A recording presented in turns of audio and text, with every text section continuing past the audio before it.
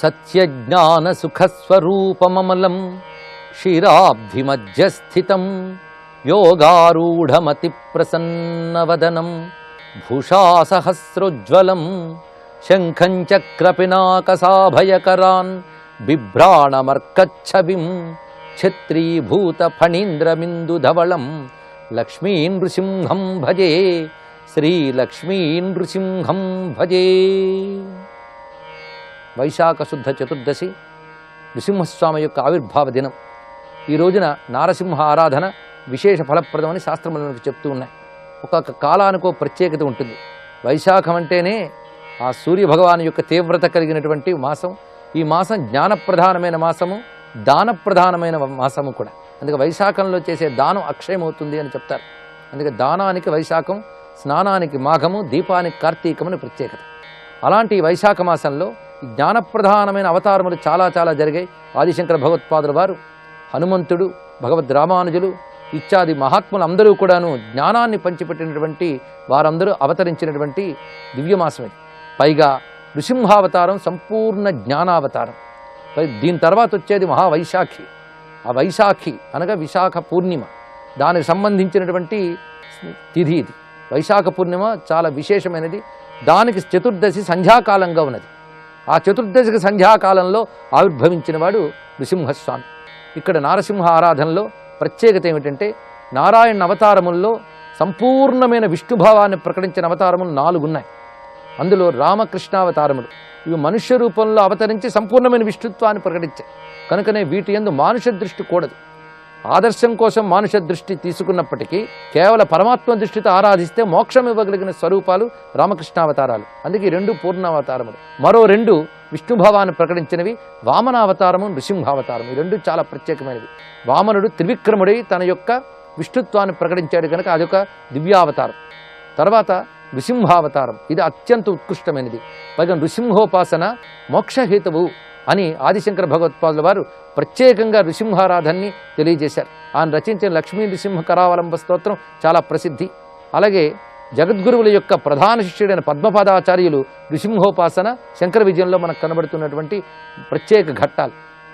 మొత్తానికి ఆత్మజ్ఞానానికి నృసింహారాధన చాలా ముఖ్యమైనటువంటిది. భగవత్ ప్రాప్తి ఈ నృసింహారాధన వల్ల లభిస్తున్నది కనుకనే భాగవతంలో సరిగ్గా 7వ స్కంధంలో నృసింహ చరిత్ర మనకు కనబడుతున్నది. అంటే భాగవతానికి హృదయ స్థానంలో ఉంది నృసింహ కథ కనుక భాగవత హృదయమే నృసింహుడు. పైగా భగవజ్ఞానం మెండుగా కలిగిన భక్తుడు ప్రహ్లాదుడు. ఆయన జ్ఞానభక్తుడు. ఆయన ఆర్తభక్తి కాదు, జిజ్ఞాస భక్తి కాదు, ప్రయోజనాపేక్ష కలిగిన భక్తి కాదు, శుద్ధ భక్తి. ఆయన శుద్ధమైన జ్ఞానభక్తుడు ప్రహ్లాదుడు.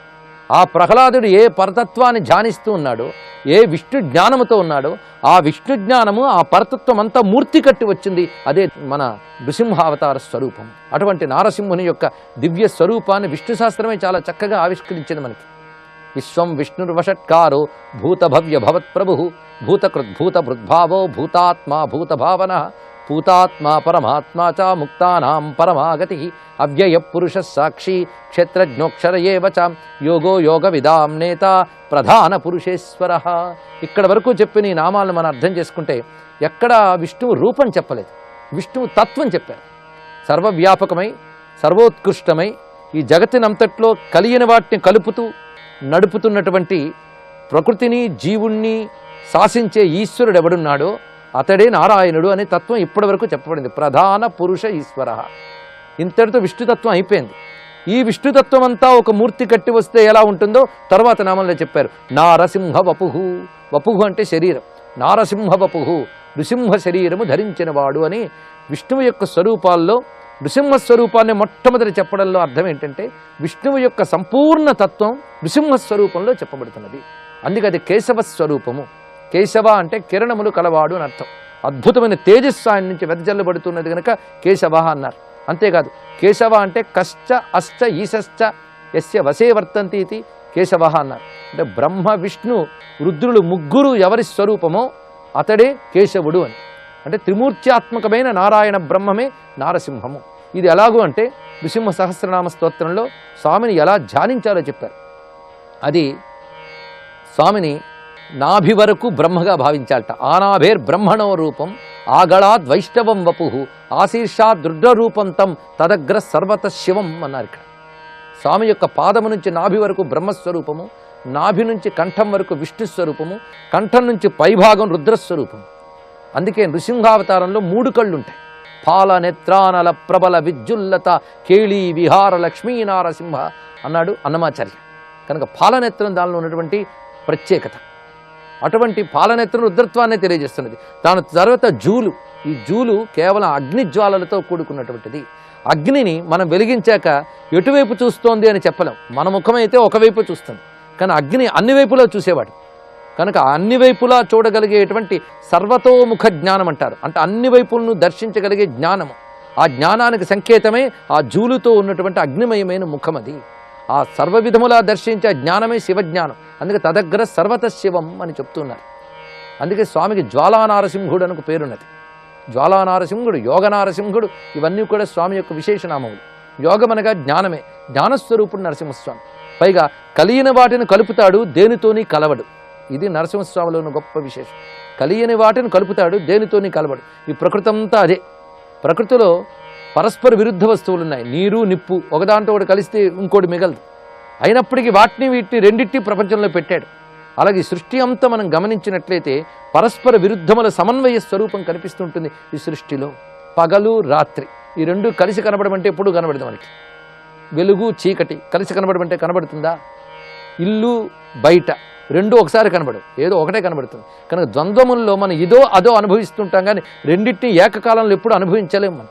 కానీ నృసింహతత్వం ఎలాంటిది అంటే ఈ రెండింటినీ కూడా ఏ ప్రపంచంలో పెట్టాడో పరమాత్మ, ఈ రెండిట్లో అంతర్యామిగా ఉన్నవాడు పరమాత్మ. ఆయన ఈ రెండిటికి ఆధారమై ఉంటాడు, రెండింటినీ కలవడు. అదే సంధ్య అంటే అర్థం. అందుకే సంధ్యాకాలం అటు పగలికి చెందదు, ఇది రాత్రికి చెందదు. కానీ పగటి లక్షణమైన కొంత వెలుగుంటుంది కానీ పగలనిలో, రాత్రి లక్షణమైన మసకదనం ఉంటుంది కానీ రాత్రి అనిలో. అది సంధ్యాతత్వంలో ఉన్న ప్రత్యేకత. ఈ సంధ్య అటుకి ఇటుకి చెందదు, రెండిటికి శక్తినివ్వగలదు. అది సంధ్యాతత్వం. ఆ సంధ్యాతత్వంలో ఉపాసిస్తేనే పరమాత్మ అర్థం అవుతాడు. అదే సంధ్యావందనం, సంధ్యోపాసన అంటే. అందుకే సంధ్యాకాలంలో ఆవిర్భవించాడు నరసింహస్వామి. అందుకే నరసింహావతారానికి సంధ్యావతారము అని మరొక పేరున్నది. ఇంకొక పేరు సద్యోజాతావతారం. అంటే స్పాంటేనియస్గా వెంటనే ఆవిర్భవించాడు. అంతేగాని పుట్టి పెరిగి వెళ్ళి అవతార ప్రయోజనం నెరవేర్చడం కాదు. ఒక్కసారి ఆవిర్భవించాడు, ఒక్కసారి పని పూర్తి చేశాడు అంతే.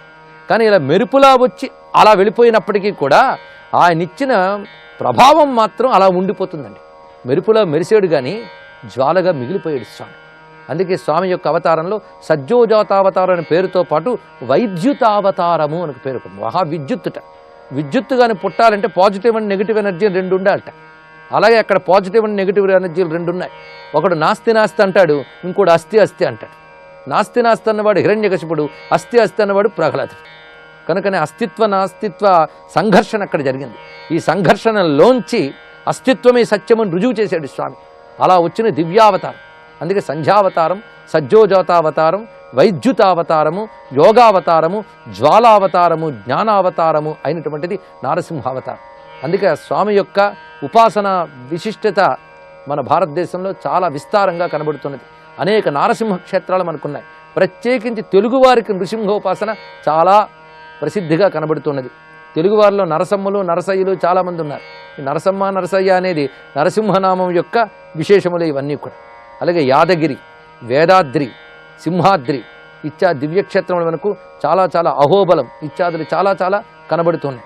పైగా అహోబల నరసింహస్వామి ఉపాసన చేసినటువంటి వాడు అన్నమాచార్య, నృసింహోపాసకుడు. ఆయన నృసింహోపాసన బలం చేతనే ఆయన అన్ని కీర్తనలు రచించగలిగాడు. నృసింహోపాసన అటువంటి జ్ఞానాన్ని ఇస్తున్నది. పైగా జ్ఞానావతారులైన ఆదిశంకర భగవత్పాదుల వారు కూడా శ్రీమత్ పయోనిధి నికేతన చక్రపాణి భోగీంద్ర భోగ మణిరంజిత పుణ్యమూర్తి యోగీశ శాశ్వత శరణ్య భవాబ్ధిపోత లక్ష్మీ నృసింహ మమ దేహి కరావలంబం అని కీర్తించారు. అయితే నృసింహుడు అనగానే మనకు ఉగ్రము, భీకరము, భయము అని గుర్తొస్తాయి. కానీ ఆయన భయాన్ని భయపెట్టే అభయస్వరూపుడు. ఇది తెలుసుకోవలసిన ప్రధానమైన అంశం. అందుకే నారసింహావతారంలో ప్రత్యేకత ఏమిటంటే ఆయన అవతరించే కాలంలో అనుగ్రహించవలసిన ప్రహ్లాదుడు అక్కడే ఉన్నాడు, ఆగ్రహించవలసిన హిరణ్యకశిపుడు అక్కడే ఉన్నాడు. కేవలం ఆగ్రహభావం చూపడానికి లేదు, కేవలం అనుగ్రహభావం చూపడానికి లేదు. ఇది కూడా ఒక సందేహం. మళ్ళీ అప్పుడు స్వామి ఎలా వచ్చారంటే ప్రహ్లాద హిరణ్యకశిపు రంజన భంజన నిమిత్త అంతరంగ బహిరంగ జేగీయమాన కరుణా వీరర సంయుతుండును మహాప్రభావుండును అయిన నృసింహదేవుండు అంటాడు పోతన గారి ఇక్కడ. అలాగ ప్రహ్లాద హిరణ్యకశిపు రంజన భంజన నిమిత్త అంతరంగ బహిరంగ జేగీయమాన కరుణ వీరరసంగీతుడు. ప్రహ్లాదుని పట్ల రంజకత్వము, హిరణ్యకశిపుని పట్ల భంజకత్వము, ఈ రెండూ చూపిస్తూ కరుణరసం వీరరసం కలుపుకుని వచ్చాట మహానుభావుడు. ఆ రెండు స్వరూపములు మేళనం చేసి వచ్చాడు కనుకనే ఆ ఉగ్ర నరసింహస్వామిలో ప్రసన్నత కూడా ఉన్నది. అది ఉపాసకుడు దర్శించగలడు. అందుకే ఆయన చేతి వేళ్ల గోళ్లు మెరవగానే ఎలా కనబడ్డాయంటే భక్తులకి శరణాగతులకి అవి చంద్రరేఖల వలె కనబడ్డాయట. శత్రువులైన రాక్షసులకి అవి అగ్నిజ్వాలల వలె గోచరించాయట. అవే గోళ్ళు ఎందుకు అలా కనబడ్డాయంటే దుష్ప్రవృత్తులకి అది భీకరమే శిక్షిస్తూ ఉన్నది, సత్ప్రవృత్తి కల భక్తులను అది రక్షిస్తూ ఉన్నది కనుక అదే చేతులతో రక్షాశిక్ష రెండూ చేశాడే. పైగా ఆయుధాలన్నీ చేత్తో పట్టుకున్నాడేమో కానీ చంపినప్పుడు మాత్రం ప్రయోగించిన ఆయుధం ఒకటే, నఖాయుధం. గోళ్లే ఆయుధంగా చేసినటువంటి గొప్ప అవతారం అది. కనుకనే దేన్నైనా ఆయుధంగా ప్రయోగించగలడు. అసలు గోరుతో చంపుతాడని ఎవరైనా అనుకుంటారండి? మహామహా రాక్షసులను కూడా గడగళ్లాడించిన వాడు, దేవతను అల్లల్లాడించినటువంటి వాడు, ముల్లోకాల్ని కూడాను మొత్తం అల్లకల్లోలపరిచినటువంటి ఆ హిరణ్యకశిపుని కేవలం గోళ్లతో చెప్పాడు. కనుక అహంకారాన్ని అలవోకగా తుంచగలడు భగవంతుడు, ఇది తెలుసుకోవాలి. సర్వప్రహరణాయుధ అన్నారు, వాటితోనే సంహరించాడు ఈయన. అటువంటి ఆ స్వామి యొక్క స్వరూపం అభయస్వరూపం. నగు మొగముతోడివో నరకేశరి నగరూప గరుడాద్రి నరకేశరి హరినమో శ్రీ వెంకటాద్రి నరకేశరి అంటాడు అన్నమయ్య. నరసింహస్వామిలో కూడా నవ్వుని దర్శించడం భక్తుడికి సాధ్యమవుతుంది. ప్రసన్న స్వరూపంగా సచ్చిదానంద ఘనుడైన ఆ నరసింహస్వామికి నమస్కరిస్తూ సర్వం శ్రీ లక్ష్మీ నృసింహ చరణారవిందార్పణమస్తు.